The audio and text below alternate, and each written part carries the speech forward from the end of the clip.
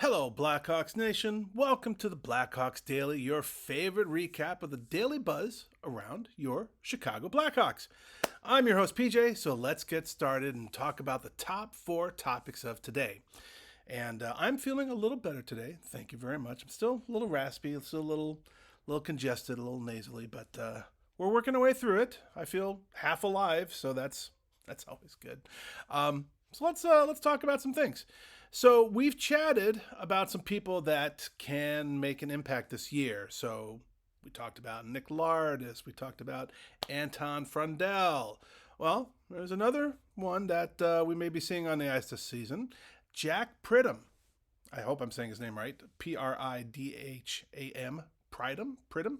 He was the third round pick from last year's draft. He's 6'1", he's 176, right winger.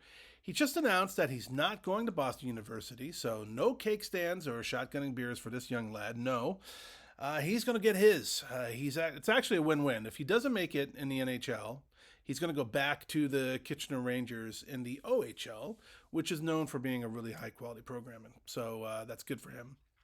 He sees that the Hawks are really putting an emphasis on young players this year, or this season, and so he's got the huevos to put his hat in the ring or his skate in the rink. Anyway, he's putting it all on the line. He's hoping that he can make enough of an impression during training camp that he earns a spot on the roster. He's known for his maturity and his on-ice smarts, and he clearly believes in himself, so why not, right? Last year in the OHL with Kitchener, he scored 27 goals and 27 assists in 48 games, right? So not bad. Very respectable. That's a 1.125 points per game pace.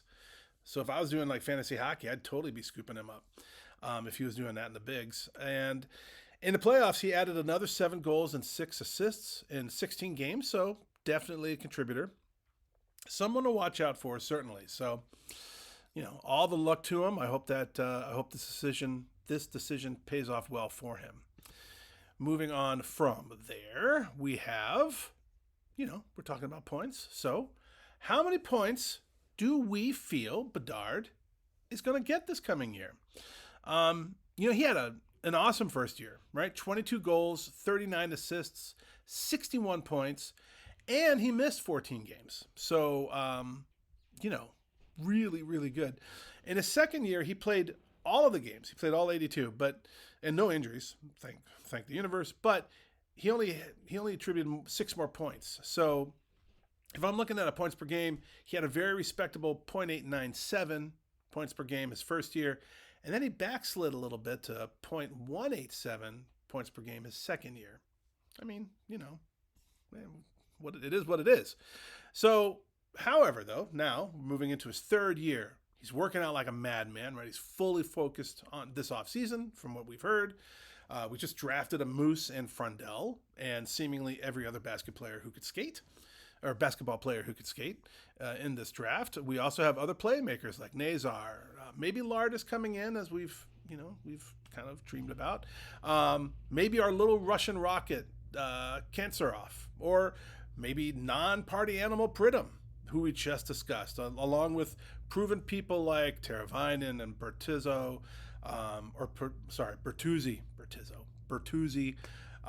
Donato, don't forget Burakovsky, right? All these guys can take a little heat off Bedard, let him loose a little, let him get in the flow. Who knows? We could have a pretty, really, really rockin' few lines once the season gets started. So the first couple of lines could be killer. It's going to be a very interesting season indeed. So I'm looking forward to that. Excuse me. Now we have preseason. So in the preseason schedule's out. Not a lot to talk about here, but since it's here, let's talk about it. We get to see the Hawks stretch their legs. 6 preseason games starting September 23rd at Detroit. And then we move on to St. Louis, and then on the September 27th, and then September 28th at Minnesota. And then the next 3 at home. So September 30th versus the Detroit Chicken Wings, October 3rd versus the Minnesota Wild, and then October 4th against the St. Louis Boobs. So, also, if you are, all right, I told you I was getting better, but maybe I'm not. If you are Ice Hogs fans, their home opener will be Saturday, October 11th against the Milwaukee Admirals. And I really hope Rockford just skates all over their eyeballs. Okay, enough said. So, lastly, let's talk about hot takes. First of all, love it. You guys have been lighting up the message board. You come for the content, you stay for the comments. Love it. I love Chicago fans. And the reason why I love Chicago fans is A, we're passionate. B, we kind of know what we're talking about. And C, even though we're passionate and we know what we're talking about, we tend to be really respectful to each other. So I love that. So thank you for all of you who've made comments. And there's actually too many of you who made comments for me to read them all. And some of them were really long and really in depth, but really good. I just want to say, first of all, thank you for making the effort of putting those comments in, and then all the rebuttals, or not even the rebuttals, but just the commentary on top of those. It was really, really fascinating to read. I learned a lot from them. If you haven't read them, go read them. You guys know your stuff, and I love that. So keep it up, keep it going.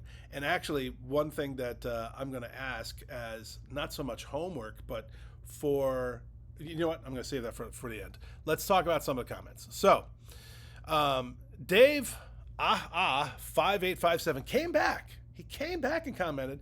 He commented before about Seabrook last video. Seabrook kind of gave him not a great tip, right? And so we kind of talked about that a little bit.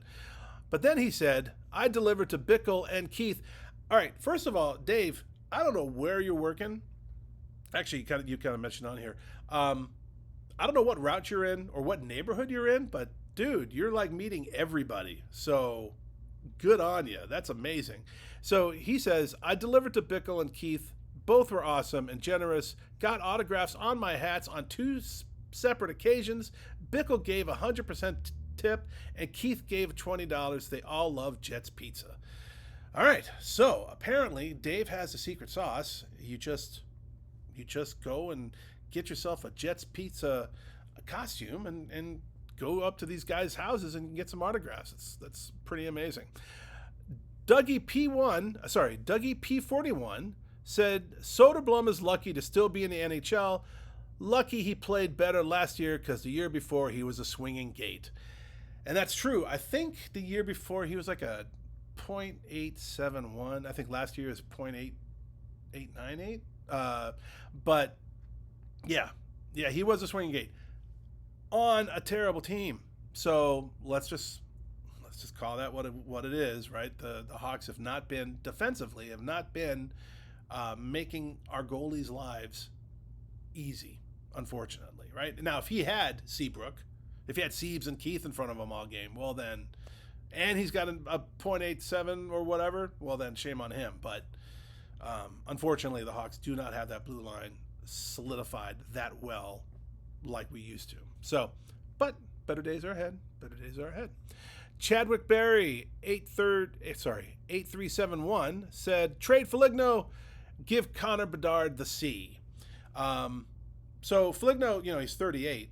But we did mention if we trade Foligno, then who's going to be holding up the Dukes? Because we also traded our last goon, right? So we have no one to put up penalty minutes and to fight for our team's honor. So, but I get it, right? I mean, Foligno probably could be traded for sure. Watchman on the wall, very nice. I am feeling better. Thank you very much. He wished me good.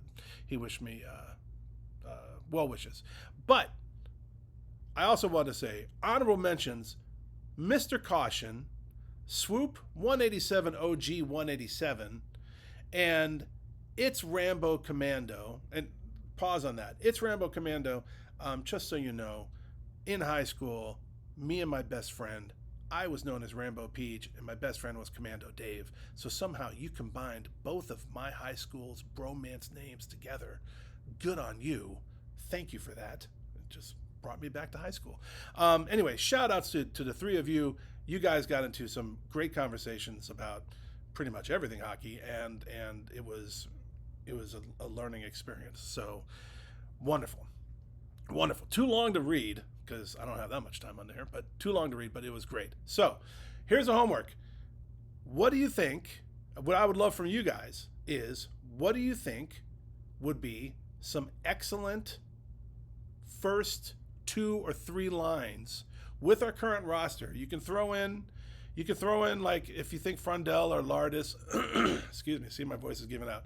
Frundell or Lardis coming up, or Kutsanev or whoever. What do you think our first 2 or 3 best lines will be? Our top lines will be next year. That'll be interesting to see. So put them in. I'll talk about them tomorrow, and I can't wait. Thank you, guys. So that's a wrap. Blackhawks Nation, please let me know your thoughts about everything we just talked about. Share how you feel about the Hawks and all that kind of good stuff. Please tune in every weekday. Get your Blackhawks Daily download, and then impress all your friends and neighbors. You've already impressed me, so clearly you can impress your friends and neighbors. And while you're at it, please like and subscribe and share about this channel. If you guys know you guys are smart, you probably know some really smart people. Get them on over here as well. It's a lot of fun. We should all be drinking together. Really appreciate it. Seriously, thank you so much. I just love the support, and I love hanging with you guys. So that's it for today. I'm PJ, and we'll see you next time on